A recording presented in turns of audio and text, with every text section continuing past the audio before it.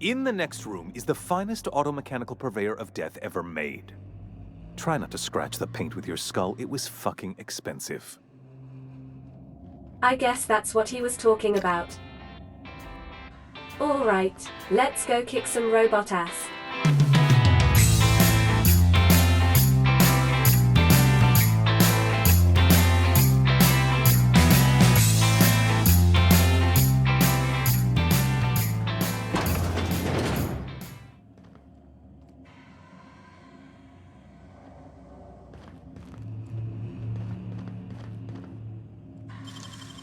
Great work.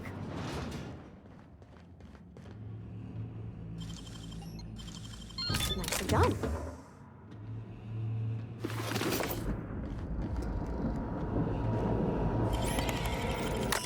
Riot Automechanical, RAM, is online. UDL is not responsible for lethal force dispensed by the RAM unit. If the automechanicals in this area need maintenance or updated security protocols, please consult your nearest security engineer. Access RAM override menu. Warning, damage to the RAM unit or Labyrinth personnel as a result of its security or safety overrides will be marked against employer, who is currently logged in.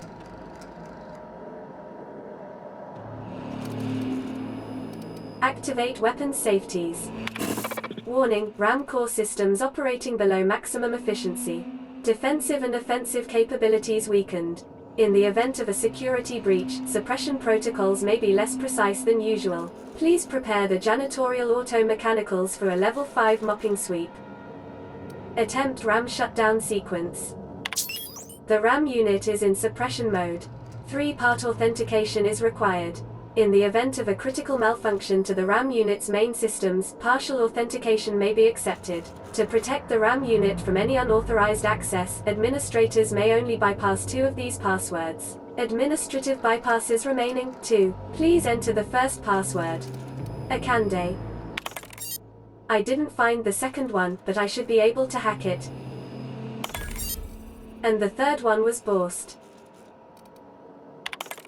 RAM shutdown sequence initiated. Poor RAM.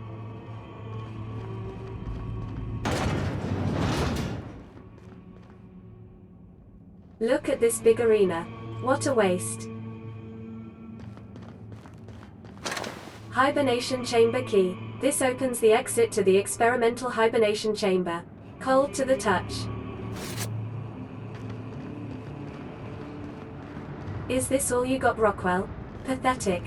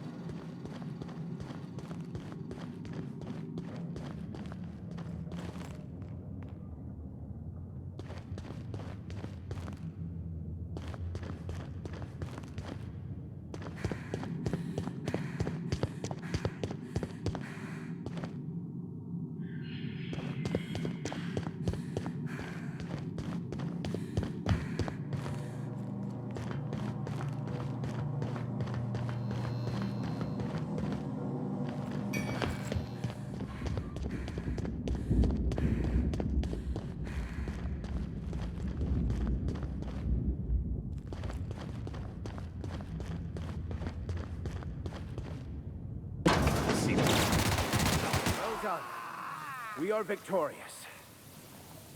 Damn, Max. Nice one.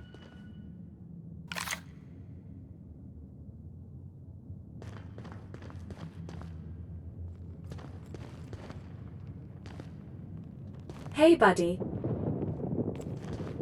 Any traps I should know about? I don't want to flick the switch and kill you.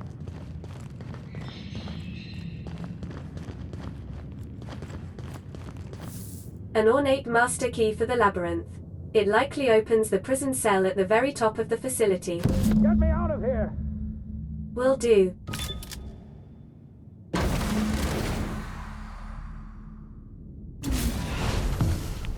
You don't know how glad I am to see you.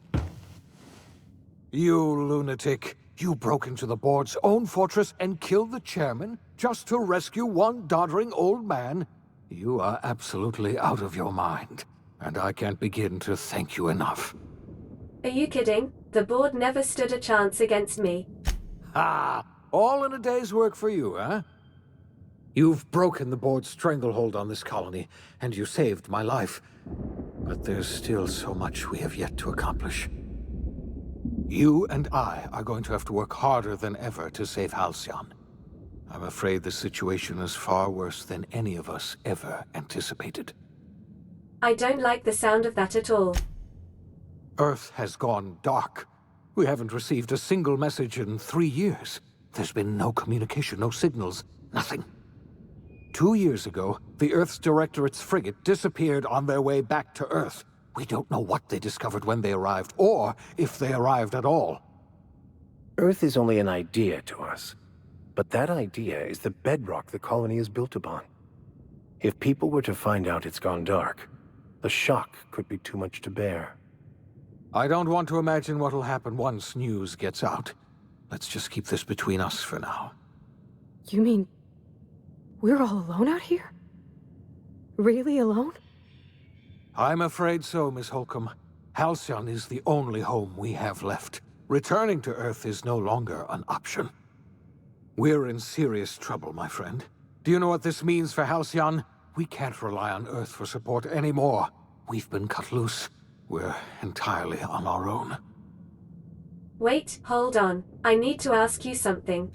Yes, certainly. I'll help however I can. You mentioned a frigate disappearing? You might have heard of the Earth Directorate's frigate. Half the colony's entire military was on that ship. They were returning to Earth when they vanished without a trace. That was 2 years ago. We haven't heard a word from them since. Whatever happened to Earth likely happened to them. What do you think happened? I don't know what happened, but something must have gone horribly wrong. I don't know why Earth's gone silent. I don't even know if Earth exists anymore. We have no connection back to Earth, and return is likely impossible. We're completely alone out here. There's something else. I know about the other colonists, Phineas. I wasn't trying to hide the truth from you, but after all you've done, I owe you an explanation. Yes, I experimented on the Hope's colonists. Each of my experiments ended in catastrophic failure. Each of my subjects died in agony. You are my first and only success. I didn't tell you about the others because I didn't want to burden you. My failures are my own to bear, not yours. I forgive you, Phineas. Thank you. Perhaps in time I'll learn to forgive myself. My apologies. I need to get a hold of myself. We've far more pressing issues to worry about right now. If you have any more questions, ask me. I'll answer as best I can. I don't have any more questions. We've got work to do. Yes, we do. You've done a marvelous thing. You've succeeded where anyone else would have failed, including me. We must begin the revival process immediately, starting with the Hope's brightest minds, and then we're going to fix this damn colony, one problem at a time. We're going to need a leader, and I can't imagine a better person for the job than you. What do you say, old friend? Will you help us? You can count on me. I'll help you revive the other colonists. When I revived you, I thought you were going to help me save this colony. I was wrong. I had our roles reversed, you see. You're the one who's going to save us all. I'm just the one who set you on your path. You're the best thing to ever happen to Halcyon. If you want to take it upon yourself to lead this colony, you have my support. We're not a colony any longer, are we? Our last connection to Earth has been severed, and so we have been set free. Our future is uncertain, and no one knows what tomorrow holds. Exciting, isn't it? The OSI teaches that everything in the universe happens according to the grand plan. But the stranger that arrived in Halcyon was an unplanned variable. From the moment she landed in Emerald Vale, her actions altered the course of history. The events on Tartarus brought about the end of the board's authority. But the board's mistakes would haunt the colony for decades to come. The damage they left behind would require the work of a generation to repair. Dr. Phineas Wells began reviving a handful of the Hope's colonists: engineers, scientists, technicians, and intellectuals. They were among the brightest minds the Earth had ever sent out into the stars. The Hope scientists and engineers woke up in a colony descending headlong into total collapse. With no way to return to Earth, they had no choice but to band together and devote themselves to the cause of saving Halcyon. The people of Halcyon were nothing if not hardy. In the absence of the board's authority, many of the colony's settlements banded together with a single purpose in mind: survival. Life was especially hard in the years to come. Some towns dissolved by attrition and starvation, but most of them found a way to carry on. In the years to come, Halcyon was forced to reckon with its newfound freedom. The board was gone, and for better or worse, the colony was responsible for its own destiny. Between MSI's worker-centric policies and the iconoclast's manpower, Sanjar and Zora were able to rally many of the Terra 2 townships to their cause. MSI's workforce swelled, and the iconoclasts enjoyed a significant surge in their ranks. The board was too distracted by infighting and internal politics to stop MSI from becoming a powerful corporation and a refuge for townships that might have fallen through the cracks. Consumed by paranoia, Lilia Hagen took Sublight Salvage in a controversial direction, openly accusing board officials of an extraterrestrial conspiracy. One day, an accident at the Groundbreaker's docking bay silenced her forever. Time would tell if her replacement could keep the Sublight family together. The collapse of Edgewater left its workers bereft of any purpose in life. Most of them made their way to Adelaide McDevitt's camp, hoping to ingratiate themselves into her favor. Adelaide accepted only a few to her community. The rest were turned away and likely died of starvation. Nevertheless, Adelaide's camp grew into a well-established town. Adelaide McDevitt refused to cooperate with the ongoing effort to save Halcyon from collapse. A sympathetic deserter stole a copy of her research and delivered it to the Hope's scientists. It is unclear how useful Adelaide's research was. An optimistic estimate suggests her work may have bought Halcyon another few years of survival. Adelaide would never know. She died that winter. Under the leadership of Junlei Tennyson, the Groundbreaker held firm against corporate influence. The ship's mechanical stability gave Junlei the time to educate a promising generation of engineers schooled in her family's traditions. The future of the Groundbreaker looks promising.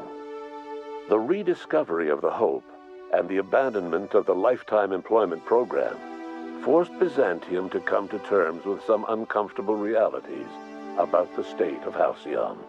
While Byzantines were reluctant to surrender the luxuries they'd grown accustomed to, the board's diminished authority gave them little choice in the matter. Nearly everyone had to learn to make do with less. Some even had to get jobs. It was a dark time indeed. Your influence shifted Ellie's perspective. She finally admitted, albeit grudgingly, that she just might need other people. Sometimes.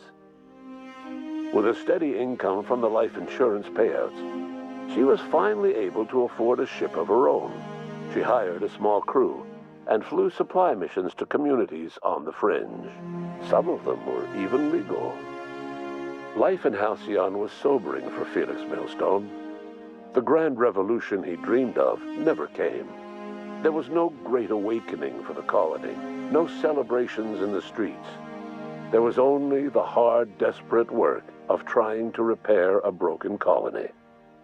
Felix never had a head for numbers, but if there was labor to be done, he was there to help. Eventually, Felix realized that the work of a revolution was done with two hands. As much as he enjoyed his adventures aboard the Unreliable, the vicar, known as Max, eventually decided that it was time to move on, to live out the life he had sought so long to create. He knew there were many in the colony who carried burdens much worse than the ones he had struggled with, and he devoted himself to easing their suffering wherever he could. He only ever took up arms again to defend the defenseless.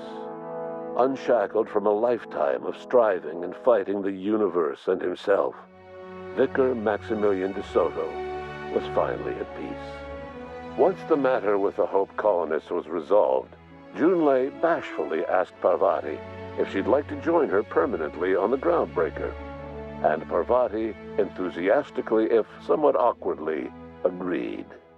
The stories of her adventures spread across the colony, and Parvati soon found herself the center of attention. Having served as the engineer of a renowned spacecraft, tramp freighters and wildcat miners sought her out by name, and in no time, she was a fixture in the Groundbreaker's mechanical ecosystem. She and Junlei were never far apart. Nyoka returned to Monarch to take another crack at making a permanent life for herself. She formed the Charon Group, a mercenary outfit of ragtag survivalists and wilderness experts. Anyone in need of a guide, or just looking to throw back a beer and swap stories, could find her camping on the trail or clearing an infestation.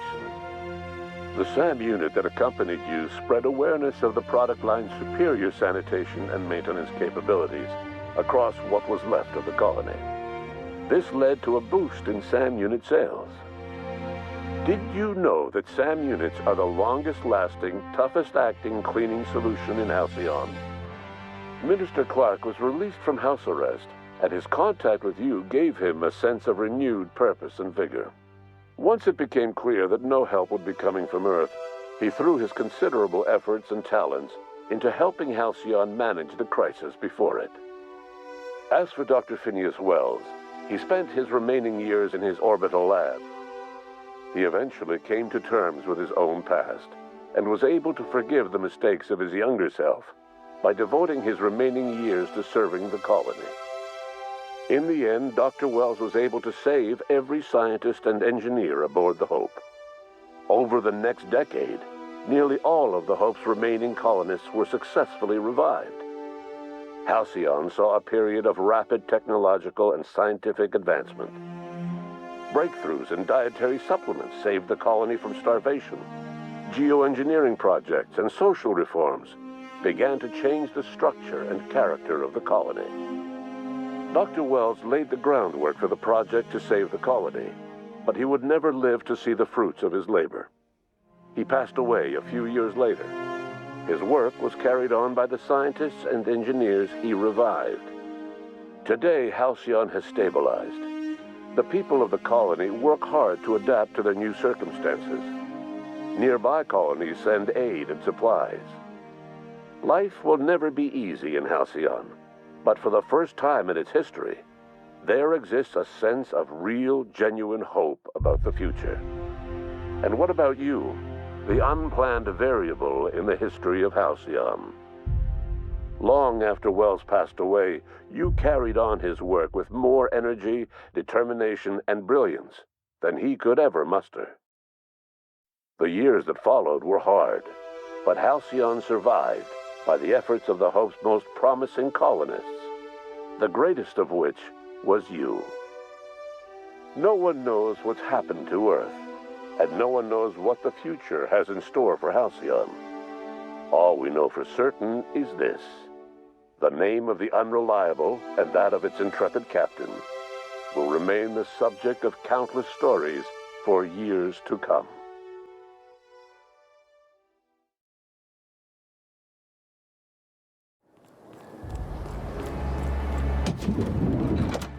All right, Celeste. I have the iconoclast armor.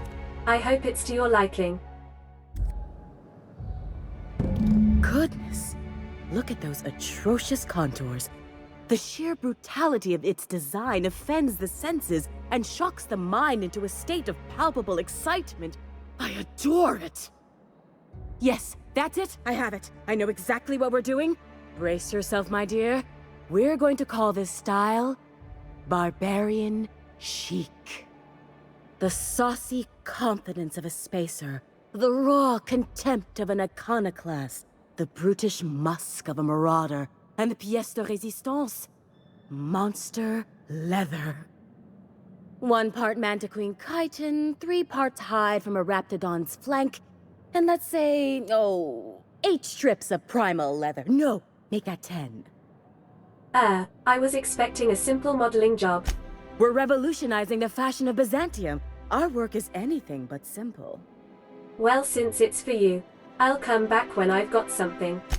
My dear, I have the highest confidence in you. That makes one of us. Where are you, you little bastard?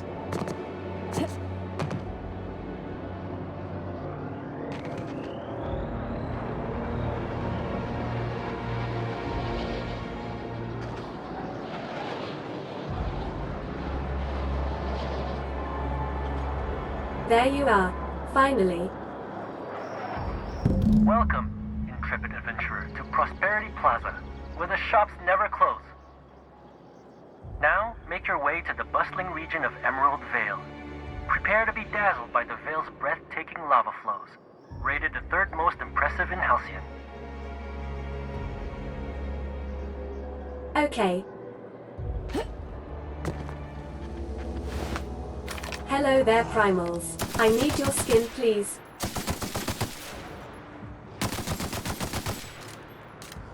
Oh gods, this is much scarier alone.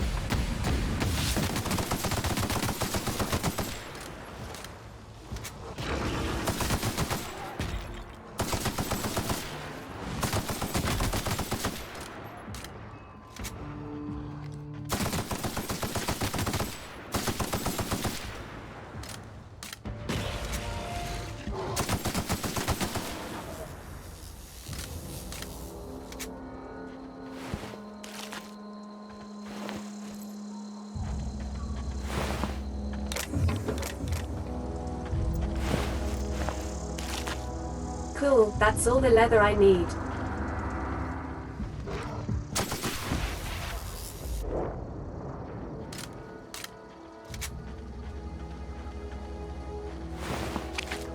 The next beacon should be around here somewhere. Ah. We hope you've enjoyed your trek across the breathtaking landscape of Emerald Vale, Terra 2's most fertile settlement and future breadbasket of Halcyon. Take a moment to enjoy this vista with a can of Spacer's Choice Saltuna before you make your way to Mighty Scylla, Halcyon's biggest asteroid. Scylla, alright. I have a terrible feeling that this beacon is behind the barrier.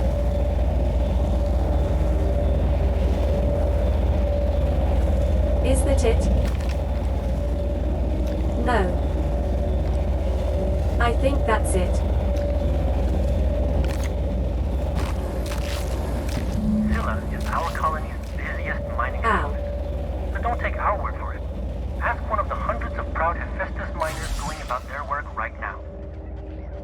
You're in for a real treat, because our last stop takes us to a charming little village outside Stellar Bay, located on Terra 1.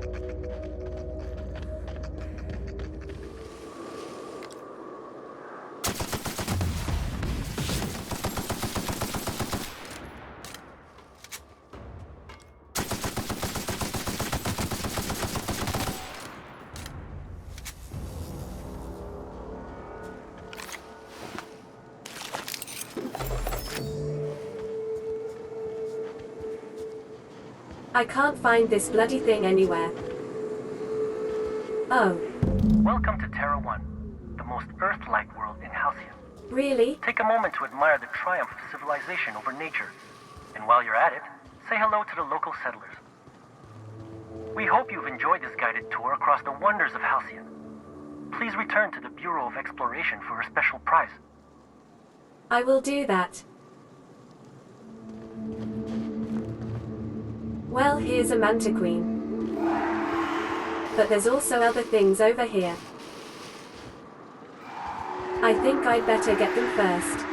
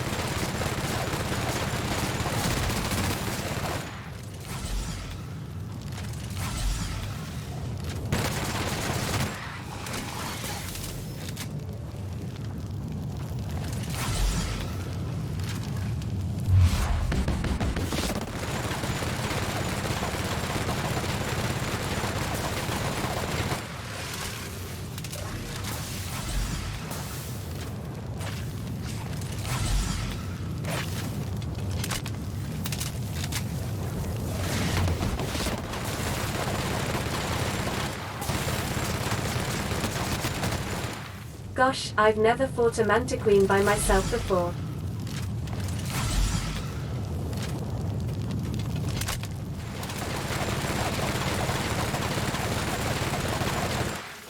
Go away, Mantiswarm, no one likes you.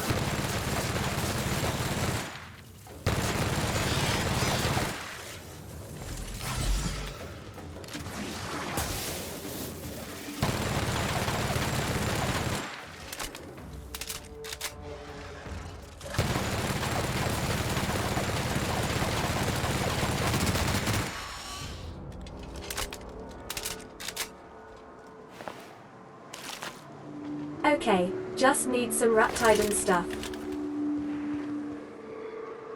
Hello Raptidons, ready to die today?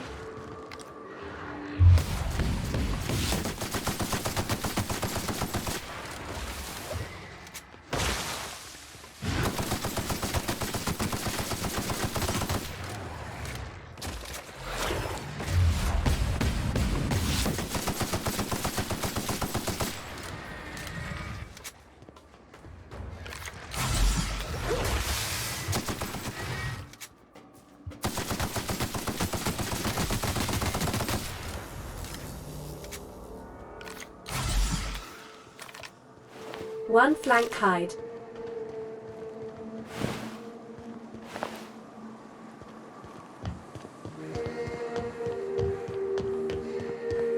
Two flank hide.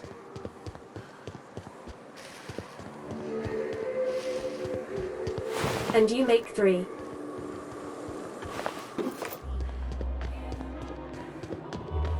You, sir, are a fabulous negotiator.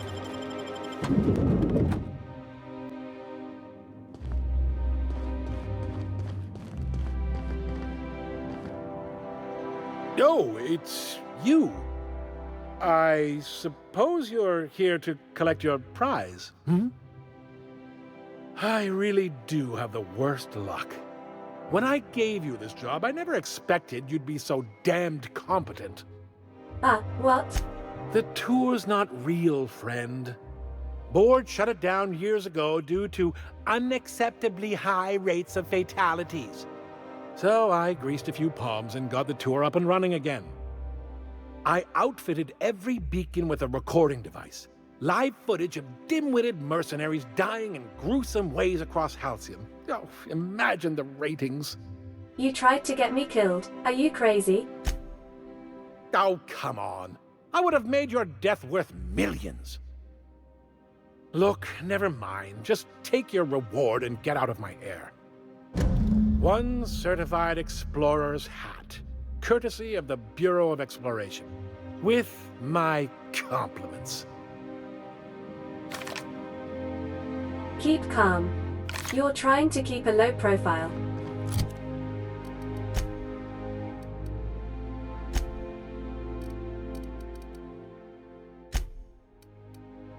Oh wow. You're forgiven, this is the best hat I've ever seen.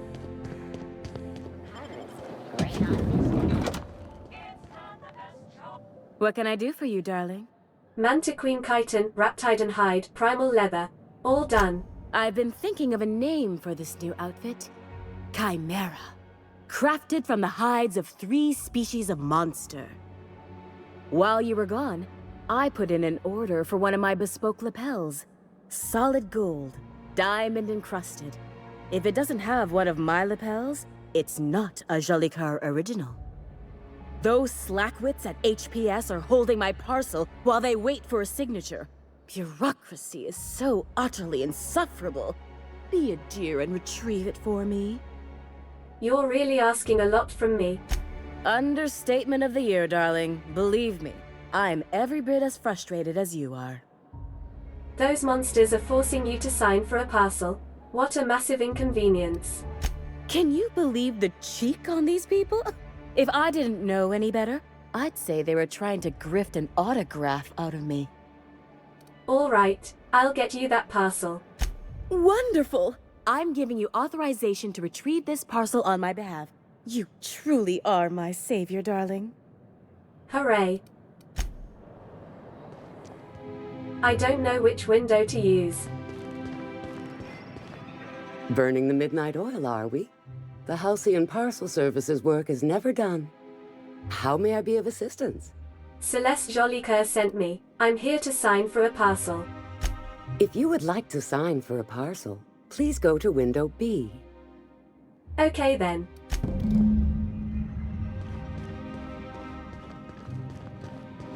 Welcome to Halcyon Parcel Service, where all parcels are guaranteed to be delivered within acceptable margins of certainty. How may I be of assistance? I'm here to collect a parcel for Celeste Jolicoeur. Let me just look that up for you. It appears that a parcel for Ms. Jolicoeur, Celeste is currently out for delivery. I was told the parcel was being held here. It was, and now it's being delivered. It's being delivered to Miss Jolicoeur's address, right? Let me see here. A parcel for Jolicoeur, Celeste is being delivered to 316 Rockwell in the Byzantium Estates. I'll be on my way then. Thank you for allowing HPS to be your only option today.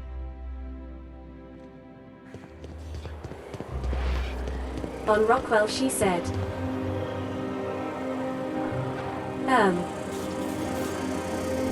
Oh. We were unable to deliver your parcel as requested. Your parcel is being returned to the HPS building located at 533 Eridanos. Please speak to an HPS clerk about the retrieval of your parcel. Where the hell is Eridanos? Halcyon Parcel Service is proud to be the colony's only parcel delivery service. How may I be of assistance? Yeah, I've got this notice to pick up a parcel. I must respectfully ask that you calm down, please.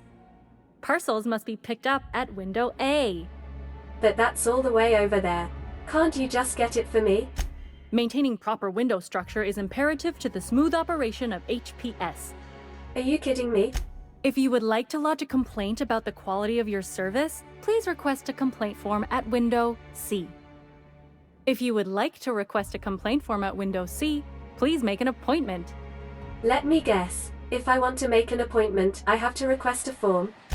I see you're familiar with our company policy. Fine, I'll go back to window A.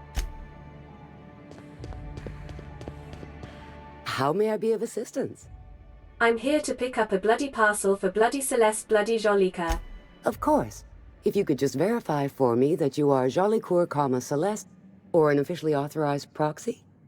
Can you not see what I'm wearing? I'm obviously one of Celeste's models. Yes, I can see by your eccentric mode of dress that you must be one of Ms. Jolicoeur's associates. Everything seems to be in order. Here you are, one parcel. I hope this has been a pleasant and satisfying transaction. Halcyon Parcel Service thanks you for your patronage. Thank you so very bloody much. Is it at least a nice lapel?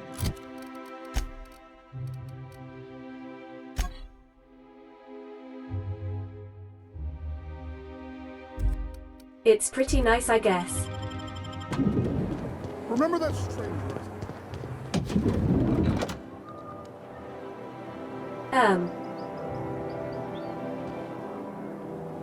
Hello. Hey, careful. Don't go running around in the middle of a crime scene. What happened to Celeste? You mean Ms. Jolie Kerr? She was reported for practicing a subversive aesthetic. We found her in her office, working on something perverse. She didn't cooperate, so we had to put her down. Never took her for a dissident sympathizer. Did you really have to kill her? We were doing business. Byzantium security regrets any disruption to regular flow of commerce. However, cultural and moral hygiene must always be maintained. Byzantium cultural standards are enforced by Universal Defense Logistics. Universal Defense Logistics. Your first and last line of defense in the war against sedition. Yeah, for now. You're gonna fade away pretty fast now that Rockwell's gone. What a shame, I quite liked Celeste.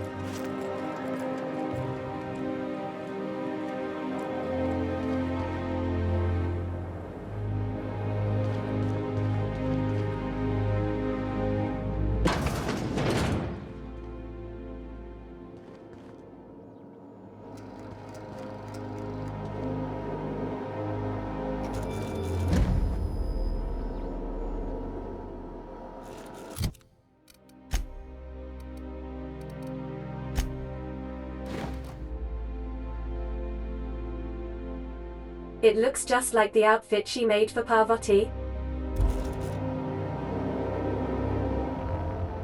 Maybe she wasn't so creative after all.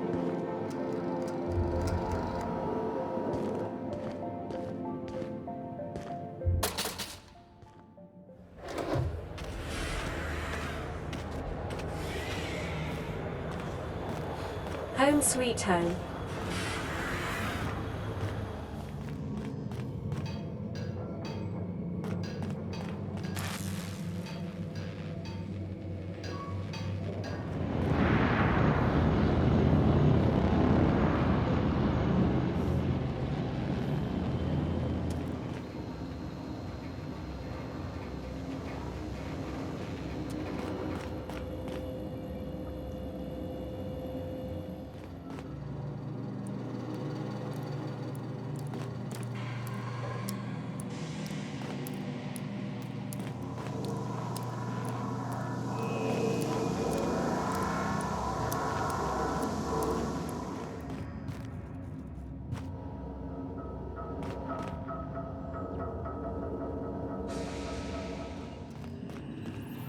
Well, Ada, looks like it's just you and me. Noted, Captain. And Sam, I guess.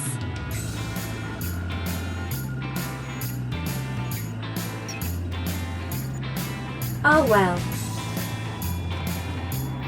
Phineas is busy waking up the first of the colonists, he won't need me for a while. Ready for another adventure? I am the passenger, and I ride and I ride. I ride through the city's backsides. I see the stars come